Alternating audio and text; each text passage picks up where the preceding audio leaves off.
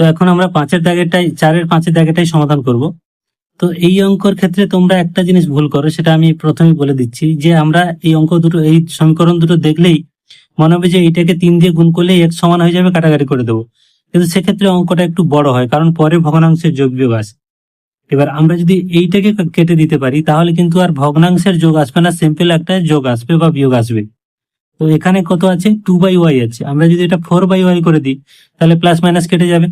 তার মানে এই সমীকরণকে 1 নম্বরকে যদি আমরা 2 দিয়ে গুণ করি, তাহলে কিন্তু অঙ্কটা খুব সহজ হয়ে যাচ্ছে। তাহলে এটাকে আমরা দিচ্ছি 1 নম্বর সমীকরণ,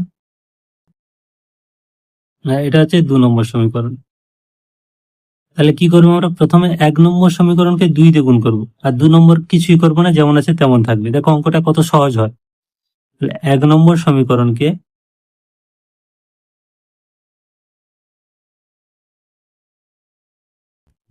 2 দ্বারা গুণ করে পাই।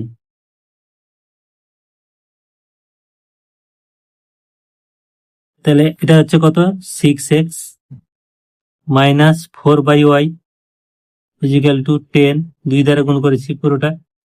আর এটা যেমন আছে তেমন থাকবে, x plus 4/y is equal two 4।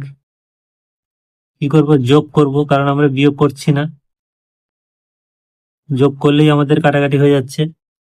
এইটা কাটলো, থাকলো কত, 7x। দেখো খুব সিম্পল, ভগ্নাংশের যোগ বিয়োগ আমাদের আর আসেনি।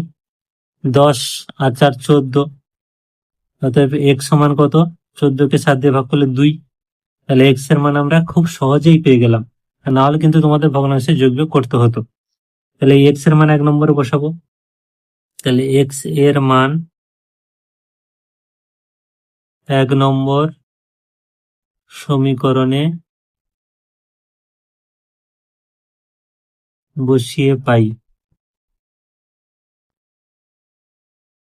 তাহলে 1 নম্বর সমীকরণে x এর মান বসালে কত হচ্ছে, 3 ইন্টু x ছিল মানে 2 মাইনাস 2/y ইজিক্যাল টু 5, বা মাইনাস 2/y ইজিক্যাল টু, এই দেখো 3 2 6, 6টা উপরে চলে গেলে কি হবে, -6 হবে, মানে 5 মাইনাস 6, বা -2/y ইজিক্যাল টু -1।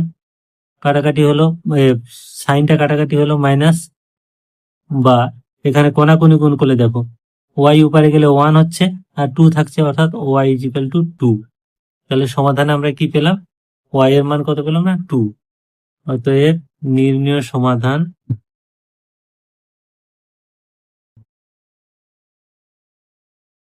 x সমান 2, y সমানও 2। এই হলো অ্যান্সার।